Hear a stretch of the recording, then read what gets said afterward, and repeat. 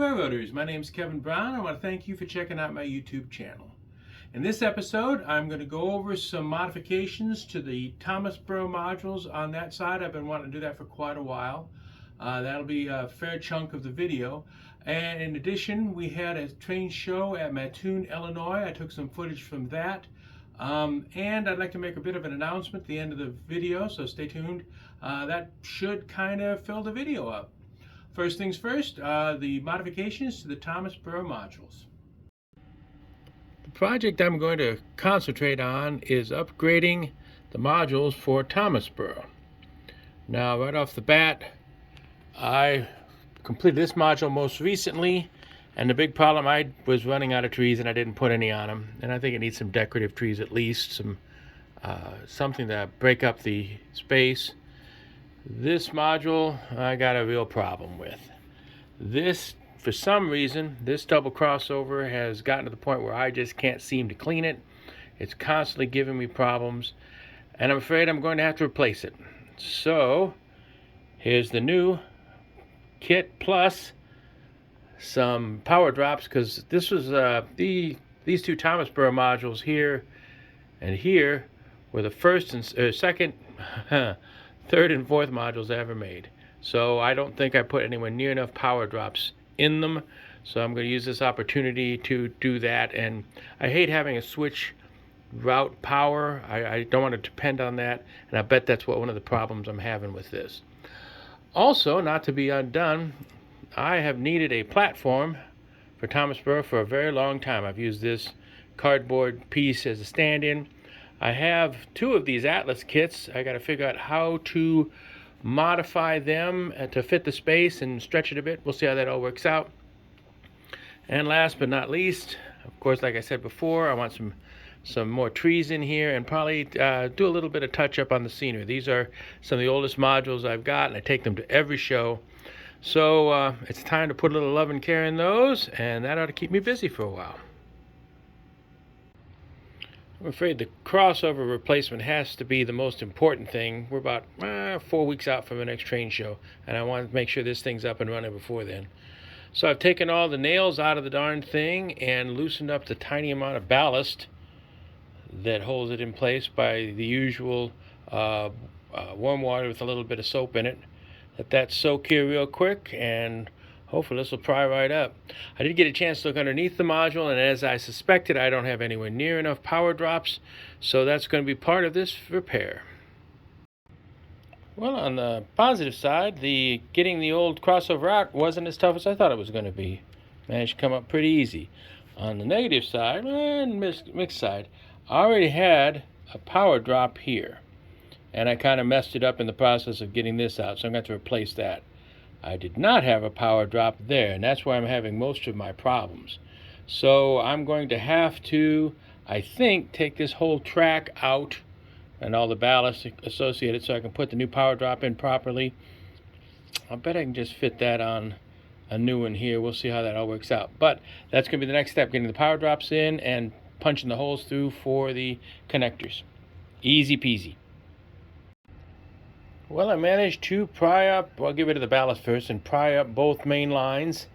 And as you can see here, where there's two rail joiners on each end, those are my new power drops, just exactly where I need them. I've got to put everything back together. Couple things. First off, the reason there's such a problem with power drops with these is that actually this is designed as two separate parts, and there's a hard stop in the middle. There's no current essentially goes from one side to the other. So you pretty much have to feed everything from this side and from this side. So that's what I'm going to do. I can't feed this side from this module. It'll have to be on the module next to it, so I'll work on that part next. The other kind of interesting thing, I just, in general, tack my track down using rail spikes, and I also, if you can probably see here, I handrail out the parts of the Kato Unitrack that's designed for that. It works out pretty well. At first, I was very disappointed. All the track nails are longer than the plywood is thick. I thought, well, that's going to be dangerous.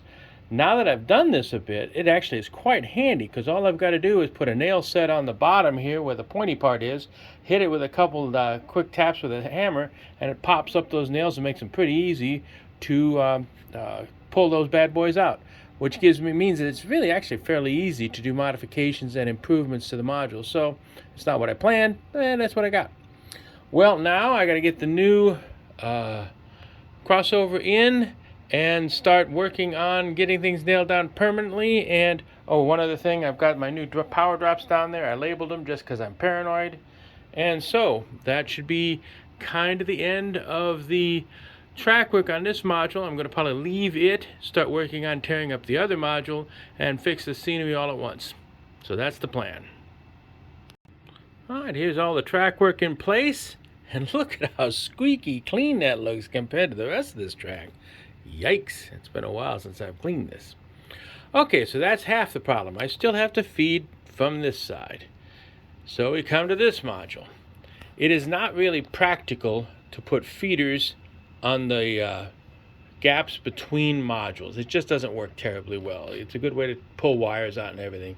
However, I have a short section here. I could easily put feeders here and here, and that'd only be relying on one set of connectors for the power, which isn't too bad, and I can replace those at will. I probably should have replaced them more often than I do.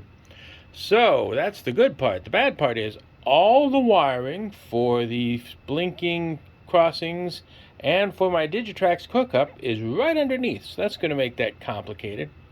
I think first step, I'm going to take all the ballast off back to here, which is this set of tracks, and start pulling track up carefully and try and do the same thing on this module as I did on the last. Stay tuned. Well, lo and behold, that didn't end up as bad as I was fearing it would be. It was interesting to try and get to the track spikes from underneath and get them out. Obviously, you can see where I got rid of the ballast and snapped the track away from the board itself. It didn't take much work at all. And so I went ahead and put two new sets of feeders here and here.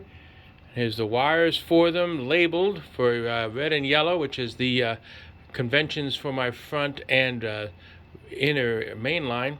So at this point, I am ready to start integrating those new wires into the wiring system, and that means I'm going to have to put some sort of a terminal strip in on both. So that'll be the next step. Here are the two modules, all wiring all done. As you can see, I had put a terminal strip, or barrier strip I think it's called, in to take care of the new wires for the new power drops.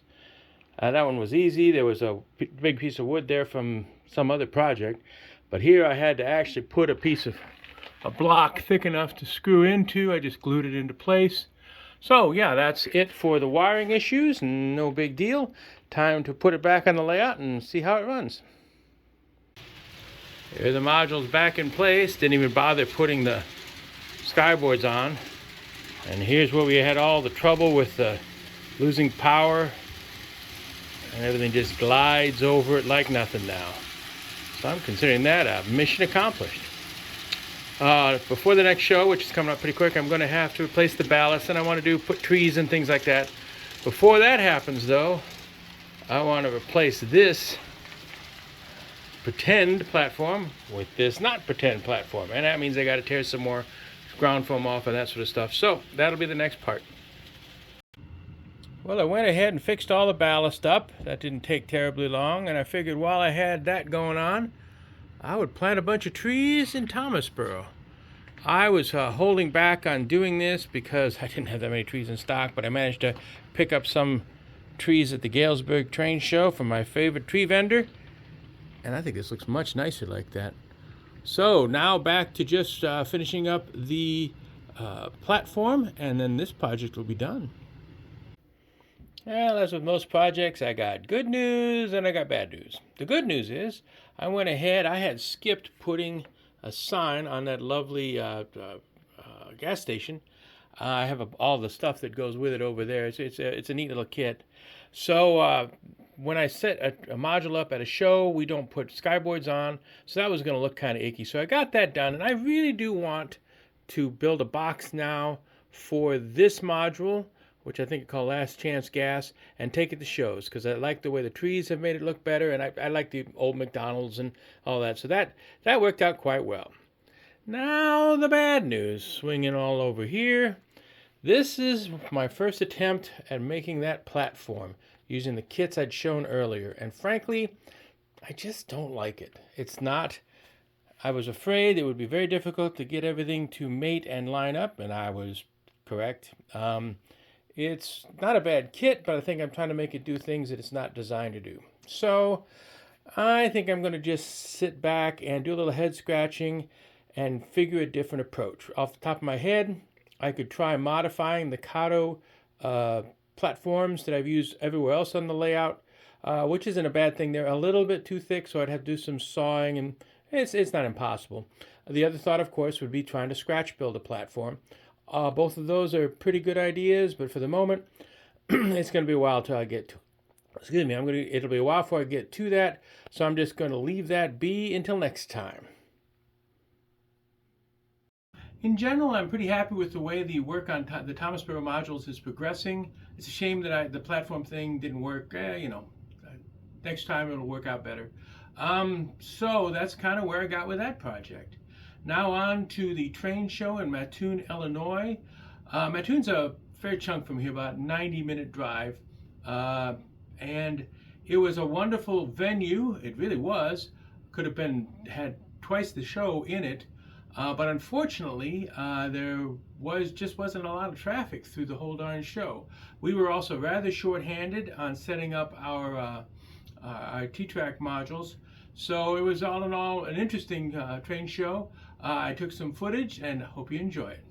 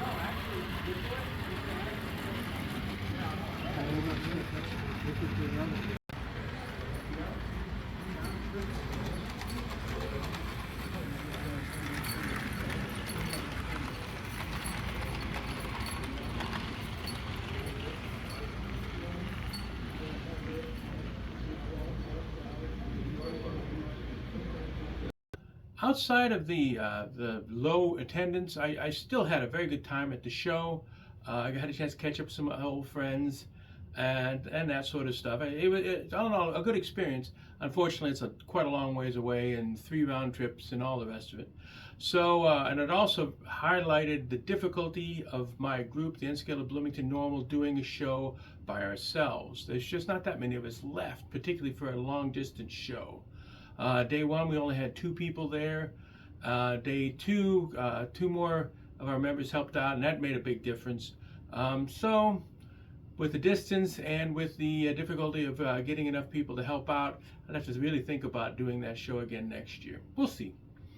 I guess that brings me to a part of I guess an announcement I wanted to make. Um, it's become obvious that I don't have enough time to support two different hobbies. Right now in my life, I'm very busy. Uh, I'm having to get more and more involved with my parents' health care. They're doing fine, but it's just there's constantly something that needs to be worked on, and other things. And as those of you who've watched me for a while know, I have a very active hobby with gaming and military miniatures, and it's become obvious that I don't have enough time to support both. So I've come to the difficult decision. I'm going to pretty much just walk away from doing any more work on my layout, try and put stuff away, and I'll be retired with any luck in a little over 2 years, where I'll have oodles of time. Right now I have no time, and it's a source of constant frustration. So I'm just going to step back from that aspect for a while. Now I have every intention of still going to train shows, taking my modules, working on the club's layout attempts in Farmer City, things of that nature, and I'll be making videos about that. But I think I have to figure out where to use my time, my limited time best, and so the layout's going to have to sit for a little while. On the plus side, I've got practically everything I need to finish it in-house. So if it does wait all the way till retirement, it'll be one heck of a nice project that isn't going to cost me much more. So that's kind of where that's going. As far as future shows for my group, the Unskilled Bloomington Normal, there is, I believe it's the first week in December, we're supposed to be setting up at the Normal Public Library. We always have a good time with that. And there might be a show in Springfield we might be part of in November. I'm not sure about that. That's still very hazy. So we'll just stay tuned and see what happens. Well, that's just about all I have for today. I hope you like what you saw. If you did, please hit like and subscribe, and I'll catch you next time. Thank you very much for watching.